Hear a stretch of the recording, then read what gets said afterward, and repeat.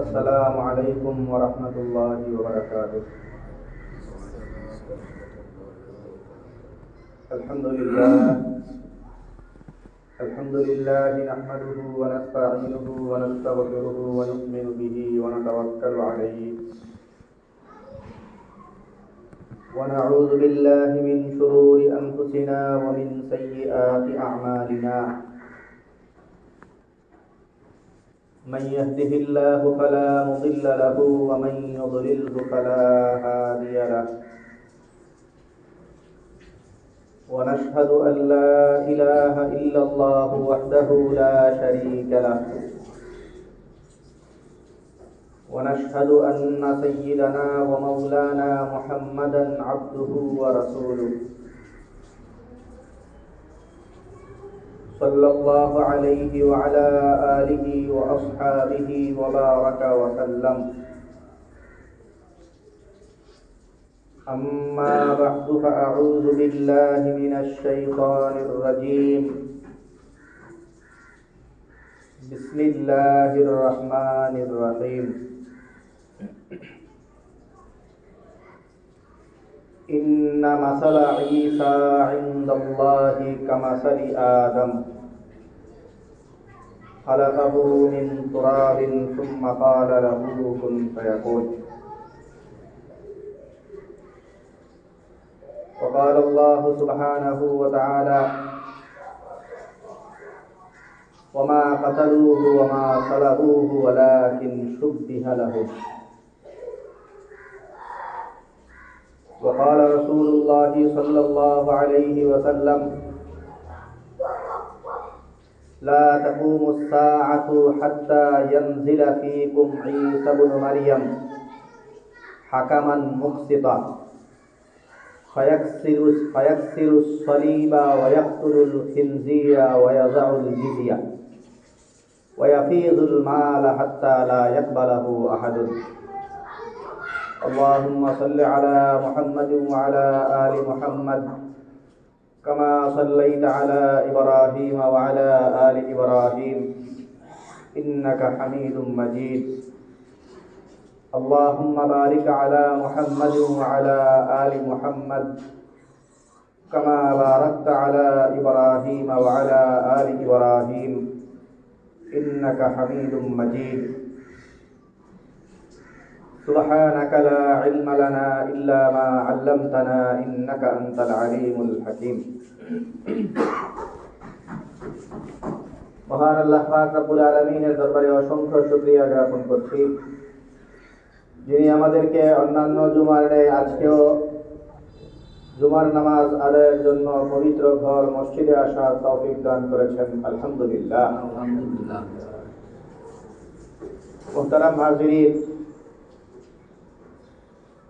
আমরা 2025 খ্রিস্টাব্দের একদম শেষ সময়ে, শেষ সপ্তাহ আজকে ডিসেম্বরের 26 তারিখ।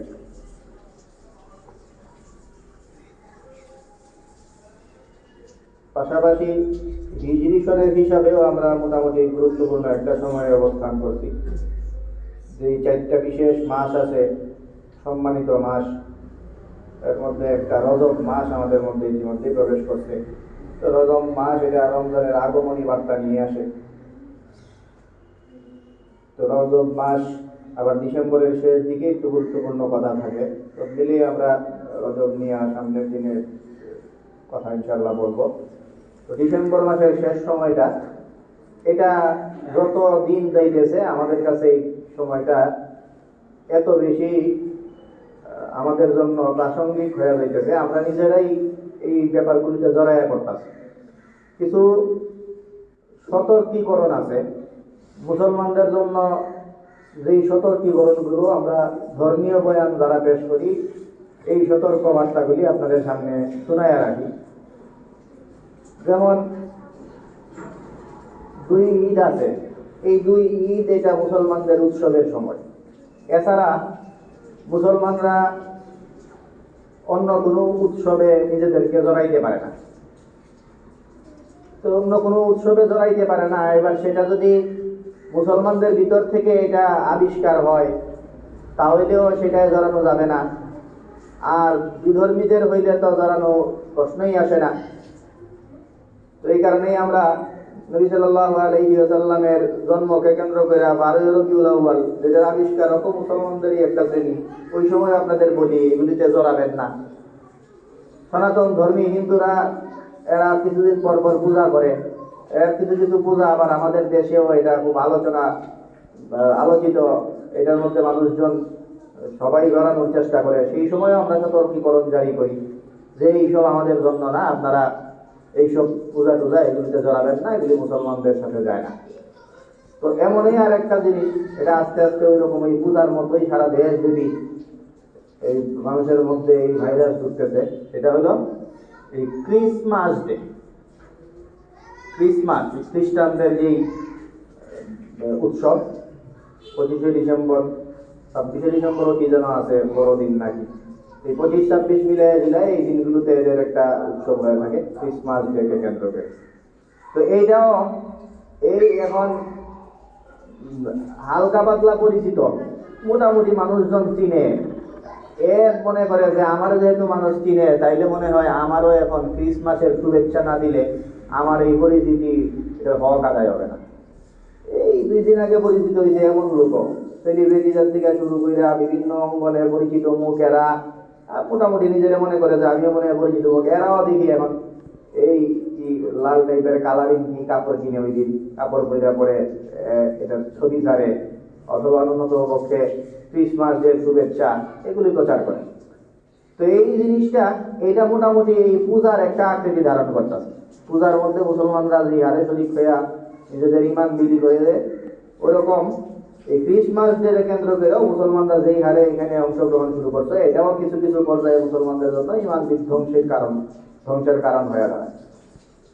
ক্রিসমাস ডে এই জিনিসটা মূলত খ্রিস্টানদের দাবি মতে ঈসা আলাইহিস সালামের জন্মদিন। আমাদের নবী মুহাম্মদ সাল্লাল্লাহু আলাইহি ওয়াসাল্লামের ইমিডিয়েট আগের নবী, ওনার একদম আগে যেই নবী আসছিলেন, নবী এবং রাসূল হযরত ঈসা আলাইহিস সালাম, আপনারা ওনার নাম শুনছেন, বহু কারণে ওনাকে নিয়ে আলোচনা করতে হয়। তো সেই ঈসা আলাইহিস সালাম খ্রিস্টানদের দাবি মতে এই ঈসা আলাইহিস সালামের জন্মদিন 25শে ডিসেম্বর। তো ঈসা আলাইহিস সালামের জন্মদিনকে এরা পালন করে। ঈসা আলাইহিস সালামের জন্মদিন পালন করতে গিয়ে এই উৎসবটা এরা করে থাকে। তো এখানে কয়েকটা ব্যাপার আছে। একটা হলো আমরা কেন এই জিনিসটার কড়া বিরোধিতা করি এবং কি কারণে এই জিনিসটার সাথে মুসলমানদের কোনো ধরনের সম্পৃক্ততা থাকতে পারে না, এই বক্তব্য পেশ করি। এর বড় কারণ হইল যে নবী, রাসূল, পয়গম্বরগণ ওনারা কারো বিশেষ বা কোনো বিশেষ শ্রেণীর কোনো বিশেষ মানুষের সম্পদ না। পয়গম্বর, নবী, রাসূলগণ ওনারা আমাদের সবার। কোন খ্রিস্টান ধর্মের লোক ঈসা আলাইহিস সালামের নাম ধইরা যে উনি আমাদের নবী ছিলেন, ওনারে নিয়ে আমরা এটা করব, যা মন চায় তা কোনো নবীকে নিয়ে করলে কোনো মুসলমানও এটা সহ্য করবে না। কারণ ব্যাপারটা এমন না যে ইহুদিদের নবী মুসা আলাইহিস সালাম, খ্রিস্টানদের নবী ঈসা আলাইহিস সালাম, মুসলমানদের নবী মুহাম্মদ সাল্লাল্লাহু আলাইহি ওয়াসাল্লাম, ঘটনা এরকম না। আমরা সব নবীদের প্রতি ঈমান আনি, সব নবী আমাদের নবী। কোরআনে কারিমে আল্লাহ তাআলা বলেন, লা নুফাররিকু বাইনা আহাদিম মির রুসুলি। আল্লাহর প্রেরিত পয়গম্বর, নবী, রাসূলগণ ওনাদের কাউকেই আমরা একজনের চেয়ে অন্যজনকে ভিন্ন চোখে দেখি না। সব নবী। এখন আমাদের নবী হিসাবে আমাদের যেই নবী মুহাম্মদ সাল্লাল্লাহু আলাইহি ওয়াসাল্লাম সর্বশেষ নবী, যার শরীয়তের অনুসরণ আমরা করি, এই নবীকে নিয়ে কোনো ধরনের ভাউতাবাজি করলে, এই নবীকে নিয়ে খাটে না, ওনার চেতনার সাথে যায় না, ওনার জন্ম নিয়ে যেমন এই 12 রবিউল আউয়াল নিয়ে অনেক এই সেই করা হয়, তো আমাদের নবী নিয়ে কিছু করা যাবে না, এটা বলে যেমন মুহাম্মদ সাল্লাল্লাহু আলাইহি ওয়াসাল্লামকে নিয়ে কিছু করলে আমাদের এখানে আপত্তি আছে, ঠিক তদ্রুপ ঈসা আলাইহিস সালাম বা মুসা আলাইহিস সালামকে নিয়েও কেউ কিছু করতে চাইলে সেখানেও মুসলমানদের ঘোর আপত্তি আছে। তো ঈসা আলাইহিস সালামকে নিয়ে এই ক্রিসমাস ডেতে অনেকগুলো ভাওতাবাজি করা হয়। এর একটা ভাওতাবাজি হইল ঈসা আলাইহিস সালাম এর জন্মদিন এই 25শে ডিসেম্বর। এই কথাটা ঐতিহাসিকভাবে সমর্থিত না, এটা একটা বাটপাড়ি। ঈসা আলাইহিস সালামকে আল্লাহ পাক রব্বুল আলামিন এক অদ্ভুত কায়দায় কুদরতি ভাবে জন্ম দিয়েছিলেন, ঈসা আলাইহিস সালামকে দুনিয়াতে পাঠিয়েছিলেন। ঈসা আলাইহিস সালামকে আল্লাহ পাক রব্বুল আলামিন দুনিয়াতে পাঠাইছেন হযরত মারিয়াম আলাইহাস সালামের গর্ভে, এবং মারিয়াম আলাইহাস সালাম উনি কোনো পুরুষের সংস্পর্শে যান নাই। কোনো পুরুষের সংস্পর্শ ছাড়া আল্লাহ পাক রব্বুল আলামিন যে মানুষ সৃষ্টি করতে পারেন এর অনন্য এই নজির হিসাবে আল্লাহ তাআলা ঈসা আলাইহিস সালামকে দিয়েছিলেন। এবং এই কারণে মারিয়াম আলাইহাস সালাম কিছুটা আতঙ্কে ছিলেন যে আল্লাহ আমারে যে দিতেছেন আপনি আমার জন্য, আমারে যেই জন্য সিলেক্ট করছেন যে আমার গর্ভে আপনি আপনার কুদরতের বহিঃপ্রকাশ ঘটাইবেন, যেই জায়গায় কোনো সন্তান জন্ম দিবে কিন্তু কোনো পুরুষের ছোঁয়া লাগবে না। তো এই কুদরত আমি মানুষকে বুঝাবো কেমনে? মানুষ তো বুঝবো যে আমি মনে হয় অপকর্ম করছি কোনো পুরুষের সাথে। কোনো পুরুষের সাথে অপকর্ম কইরা বইছি, এই কারণে এইটা অনেকে ভাববো যে এই ভাবনা আমি দূর করব, আমারা যেই জন্য নির্ধারণ করছেন, নির্বাচিত করছেন। তো এই জন্য আল্লাহ তাআলা বলছিলেন যে সেই ব্যবস্থা হইব না। সেই ব্যবস্থা বহুভাবেই হয়েছে। ঈসা আলাইহিস সালাম একদম শিশু বাচ্চা, উনি ভাষণ দিয়ে দিয়েছেন, যে বয়সে মানুষ কথা বলার কল্পনা করা যায় না, ওই সময় আল্লাহ তাআলা ওনাকে দিয়ে বক্তব্য দেওয়া হয়েছে মানুষের জন্য বিশ্বাসযোগ্য করে তোলা। তো বিভিন্ন প্রক্রিয়া আছে, কিন্তু যেই ব্যাপারটা আমরা বলতে চাই সেটা হলো সাময়িকভাবে গর্ভধারণের সময়টায় যেই সময় মহিলাদের অনেক কষ্ট হয়ে থাকে, এই কষ্টর সময় একটা তো হইলো সন্তান জন্ম হয়ে যাওয়ার পরে আচ্ছা এবার একটু রিল্যাক্সে আছি, এখন আস্তে ধীরে মানুষের জবাব দি মনে। কিন্তু সন্তান ভিতরে থাকার সময়, গর্ভধারণের এই কষ্টের সময়টায়, এই সময় যেন কেউ এই কথা সেই কথা না বলতে পারে, এই জন্য মারিয়াম আলাইহিস সালামকে আল্লাহ তাআলা এই সমাজ থেকে সরাইয়া দিয়েছিলেন যে তুমি অন্য জায়গায় চলে যাও আপাতত। তো আপাতত অন্য জায়গায় চলে যেতে যে ওনাকে বলছেন, সেই অন্য জায়গায় বেশ কিছুদিন উনি ছিলেন। বেশ কিছুদিন অন্য জায়গায় মানুষজন গেলে তো স্বাভাবিক পরিস্থিতি থাকে না, একটু একাকিত্ব, সরঞ্জামাদি নাই, থাকা খাওয়ার পর্যাপ্ত ব্যবস্থাপনা নাই, এই একটা সংকটের মধ্যেই মানুষ থাকে। তো উনি এই সংকটে ছিলেন। এরপরে আবার ঈসা আলাইহিস সালাম যখন জন্মগ্রহণ করছেন, জন্ম দেওয়ার পরে তো কিন্তু একটা ভিতরে ছিল যে কি জবাব দিন। এরপরে জন্ম নেওয়ার পরে এই জিনিসটা আরো বেশি তাড়া দিচ্ছে ওনারে, এই বাচ্চা তো এই করলো, এখন কি করবো মানুষের। এই জন্য উনি ভয়ে আতঙ্কে ওনারে এই গামলার মধ্যে ডুবাই রাখছে যে মানুষ যেন না দেখে। একটু পরে ঘুষাইতে পড়ছে, আল্লাহর ব্যবস্থা করবো না, কিন্তু এই কাজগুলি করছিলেন। যে এই যে অব্যবস্থাপনা না থাকা, এরপরে আল্লাহ তাআলা ওনাকে এই অবস্থায় ঈসা আলাইহিস সালামকে এইভাবে ঝাপটি দিয়ে রাখা, এই পরিবেশগুলো এগুলো মানুষ চিন্তা করে ঐতিহাসিকভাবে।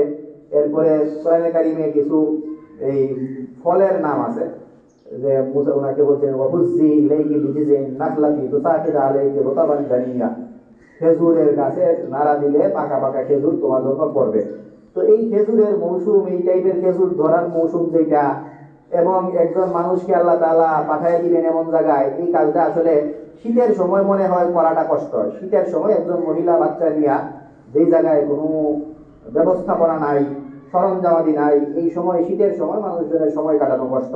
বা ঈসা আলাইহিস সালামের নিয়ে উনি যা করতেন, নবজাতক রে শীতের মৌসুমে, এত শীতে ডিসেম্বরে, আজকে কি শীত আপনারা কল্পনা করেন, গতকালকে একদিন আগে জন্ম ওনার, এদের বক্তব্য দেয়। এই সেই পরিস্থিতি মিলাইয়া ঐতিহাসিক বিবরণ এটাই যে ঈসা আলাইহিস সালামের জন্ম আসলে শীতের সময় হয়েছে না, ঈসা আলাইহিস সালামের জন্ম হয়েছে গরমের সময়। কারণ শীতের মৌসুমে এত ঘটনা ঘটছে, একজন বাচ্চা বাইচা থাকা এটা অসম্ভব। তো এটা একটা ঐতিহাসিক বিবরণ আর কি।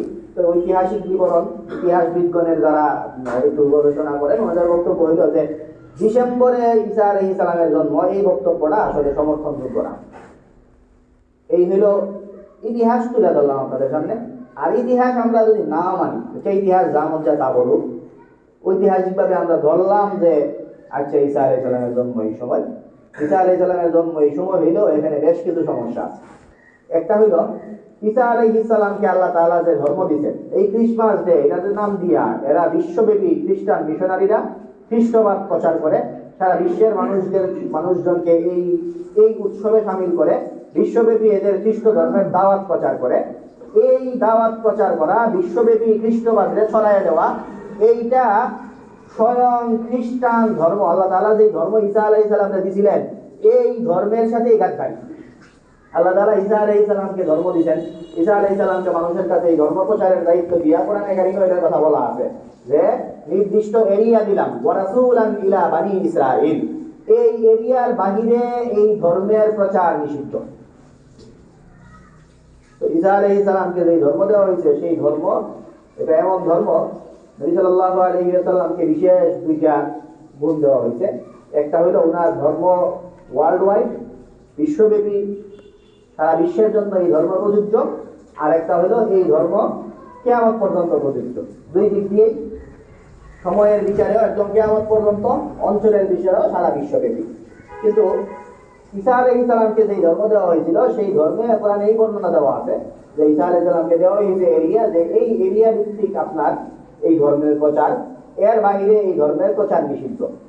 তো খ্রিস্টান ধর্মের হিসাবেই যদি হয়, খ্রিস্টানের এখনো এটাই, খ্রিস্টান ধর্মের আপনারা জানেন বিভিন্ন পার্ট আছে, এদের মধ্যে যারা গোর খ্রিস্টান, গোর খাওয়া খ্রিস্টান, বাস্তবিক অর্থেই যারা খ্রিস্টান ধর্মের বক্তব্য বলে, যদিও খ্রিস্টান ধর্ম ঈসা আলাইহিস সালাম আসার পরে এরা দিলেন, এটা মানসুখ,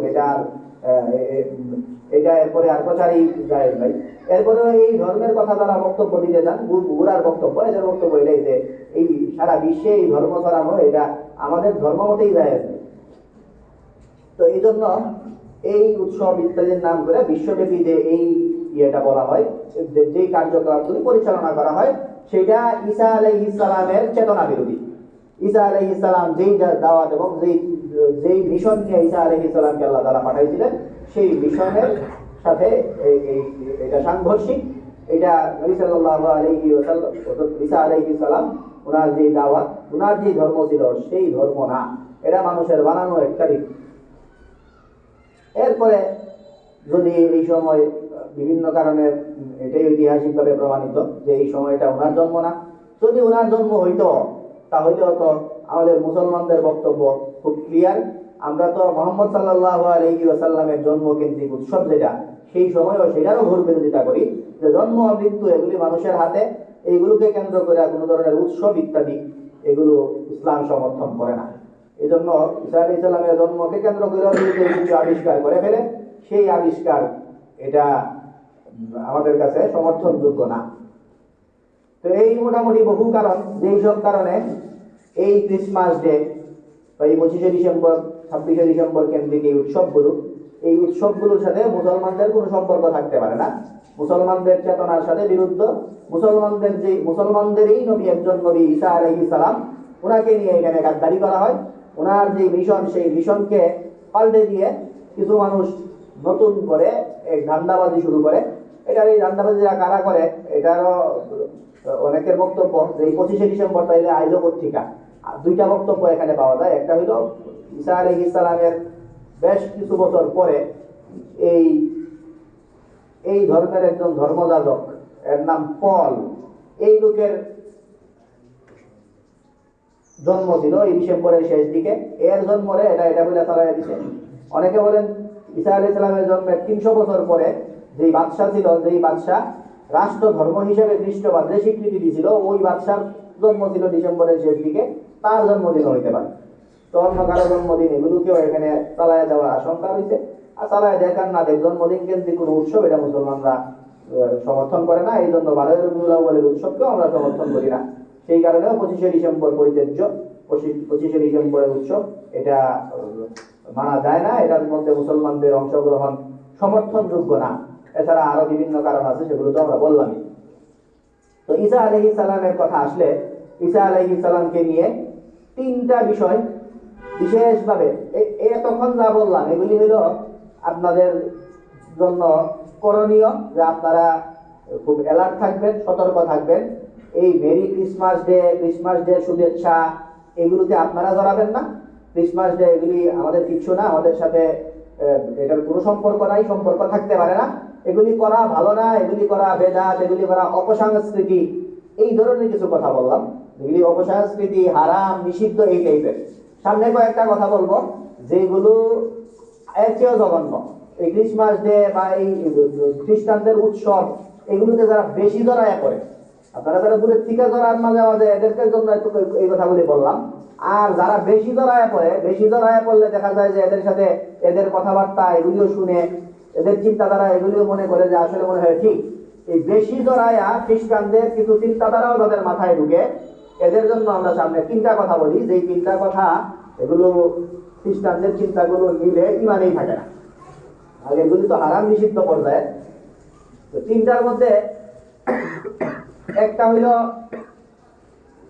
ঈসা আলাইহিস সালামের জন্মকেন্দ্রিক সতর্কতা, আর একটা ঈসা আলাইহিস সালামের জীবদ্দশায় জীবনের শেষ দিকে কি ঘটছিল সেটা, আর আরেকটা হইল ঈসা আলাইহিস সালামকে নিয়ে ভবিষ্যতে কি ঘটবে সেটা। ঈসা আলাইহিস সালামের ব্যাপারে একটা প্রথম কথাটা আমরা মোটামুটি আপনাদেরকে আজ দিয়ে ফেলছি। ঈসা আলাইহিস সালাম, ওনার জন্ম হয়েছে আল্লাহ তাআলার এক বিশেষ কুদরতে। ঈসা আলাইহিস সালামের মাকে আল্লাহ তাআলা এই জন্য সিলেক্ট করছেন, ইয়া মারিয়াম ইন্নাল্লাহ আসতাফাকি, আপনার হে মারিয়াম, তোমাকে আল্লাহ তাআলা একটা বিশেষ কাজের জন্য সিলেক্ট করছেন। এই বিশেষ কাজটা হলো ঈসা আলাইহিস সালামকে আল্লাহ তাআলা ওনার গর্ভে দিবেন এবং পুরুষের সংস্পর্শ ছাড়া আল্লাহ তাআলা দুনিয়াতে পাঠাবেন। এই কথাটা কোরআনে কারিমে আল্লাহ তাআলা বলেন, ইন্না মাসালা ঈসা ইনদাল্লাহি কামাসালি আদম খালাকাহু মিন তুরাবিন সুম্মা ক্বালা লাহু কুন ফায়াকুন। আল্লাহ তাআলার অদ্ভুত কিছু সৃষ্টির অন্তর্ভুক্ত আদম আলাইহিস সালামের সৃষ্টি এবং ঈসা আলাইহিস সালামের সৃষ্টি। এই দুই সৃষ্টির মধ্যে মিল আছে। এই দুই সৃষ্টির কাউরে সৃষ্টি করার জন্য কোনো বাপ লাগে নাই, পুরুষের সংস্পর্শ লাগে নাই। তো এইটা নিয়ে ইহুদিদের মধ্যে সমস্যা আছে। ইহুদিরা ঈসা আলাইহিস সালামকে নাউজুবিল্লাহ অবৈধ সন্তান বলতো, মারিয়াম আলাইহিস সালামকে বেবিচারিণী বলতো, তো ইত্যাদি কথাবার্তা এগুলো ইহুদিদের মুখ থেকে এগুলি বিভিন্ন সময় ছড়ায়। তো ঈসা আলাইহিস সালামের জন্ম, এই জন্ম কেন্দ্রিক এই একটা কথা। আর দ্বিতীয় কথাটা যেটা খ্রিস্টানরা বিশেষভাবে বলে থাকে সেটা হলো যে ঈসা আলাইহিস সালাম, খ্রিস্টানদের বক্তব্য হলো যে ঈসা আলাইহিস সালাম উনাকে যারা মানবে, ঈসা আলাইহিস সালামের যে অনুসারীরা আছে, এরা তো বলে যে আমরা খ্রিস্টান যারা এরাই অনুসারী। তো মূলত তো ঈসা আলাইহিস সালামের অনুসারী যারা, এরা ঈসা আলাইহিস সালামের দেওয়া বক্তব্য মানবে। ঈসা আলাইহিস সালামের বক্তব্য হইল আমার পরে সর্বশেষ নবী মুহাম্মদ সাল্লাল্লাহু আলাইহি ওয়াসাল্লাম আসবেন, ওনাকে পাইলে ওনাকে তোমাদের মানতে হবে। এটা ঈসা আলাইহিস সালাম তো বিশেষভাবে বলে গেছেন। আগের সব নবীরাই এটা বলে গেছেন যে তোমরা নবীকে পাইলে তোমরা মানবা, মুহাম্মদ সাল্লাল্লাহু আলাইহি ওয়াসাল্লামকে পাইলে তোমরা ওনাকে অনুসরণ করবা, সেই কথা তো বলেই গেছেন। ঈসা আলাইহিস সালামের দাওয়াতি মিশনই ছিল এটা। দাওয়াতি মিশন কয়েকটা মানুষের মূল এজেন্ডা থাকে যে উনাকে কেন পাঠানো হয়েছে, কি এজেন্ডা নিয়ে। ঈসা আলাইহিস সালামকে পাঠানোর মৌলিক এজেন্ডার মধ্যে এটা অন্তর্ভুক্ত করা হয়েছে যে ওয়া মুবাশশিরান বিরাসূলিন ইয়াতি মিন বাদি ইসমুহু আহমদ, আমি আইছি সুসংবাদ দেওয়ার লাগি এমন এক রাসূলের আমার পরে যিনি আসবেন, হযরত মুহাম্মদ সাল্লাল্লাহু আলাইহি ওয়াসাল্লাম আসবেন, আমার পরে ওনাকে মানবা। এই সুসংবাদ দেওয়া এটা আমাকে পাঠানোর মৌলিক লক্ষ্যই। তাইলে ঈসা আলাইহিস সালামের অনুসারী তো এরাই যারা পরে মুহাম্মদ সাল্লাল্লাহু আলাইহি ওয়াসাল্লামকে মানতে। খ্রিস্টানদের বক্তব্য হইল যে আমরা যারা ঈসা আলাইহিস সালামকে মানি, আমাদের জন্য ঈসা আলাইহিস সালাম একটা বিশেষ কুরবানি করছেন।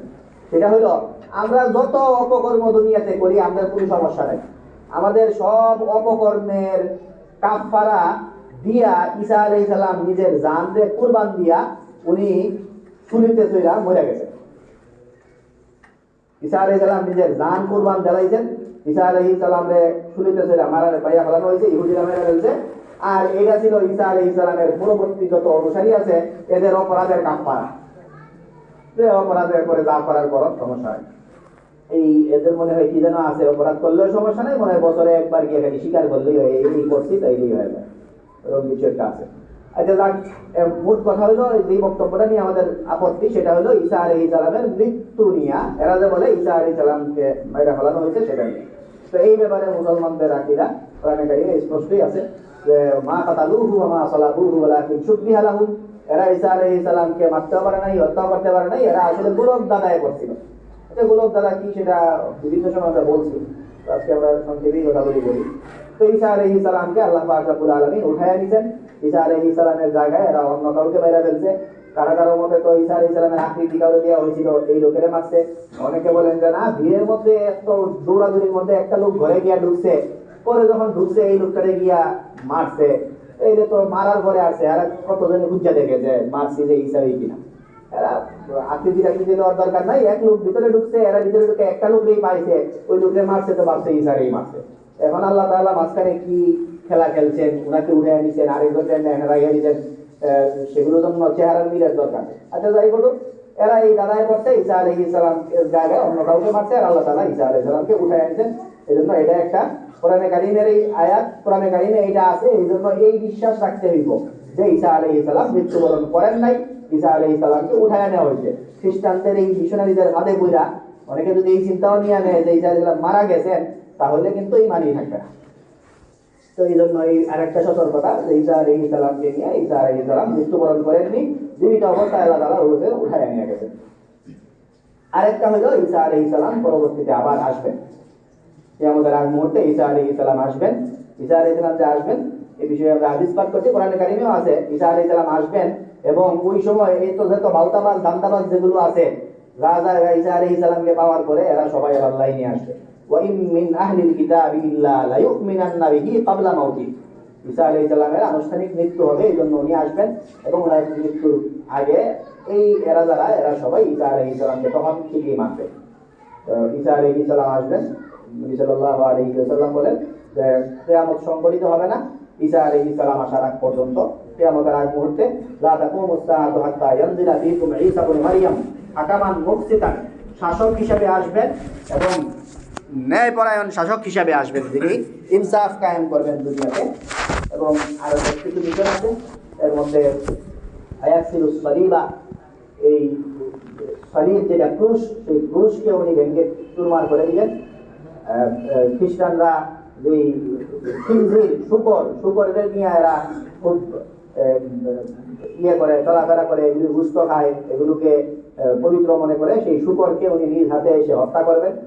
এরপরে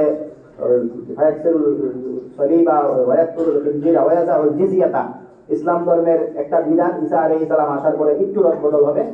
বর্তমান বিধান হইল যে মুসলমানরা যখন মুসলমানদের দেশে, মুসলমানদের অধীনে অন্য ধর্মের লোকেরা থাকতে পারে, শর্ত হইল ট্যাক্স দিতে হয়, জিজিয়া দিতে হয়, যে তোমার জিজিয়া দেওয়া লাগবে, তোমার জোর করে ইসলাম গ্রহণ করার দরকার নাই, তুমি তোমার ধর্মে থাকো, মুসলমানদের ধর্মে থাকার লাগে যে রাষ্ট্রীয় কর যেটা আছে এটা দিলেই চলবে।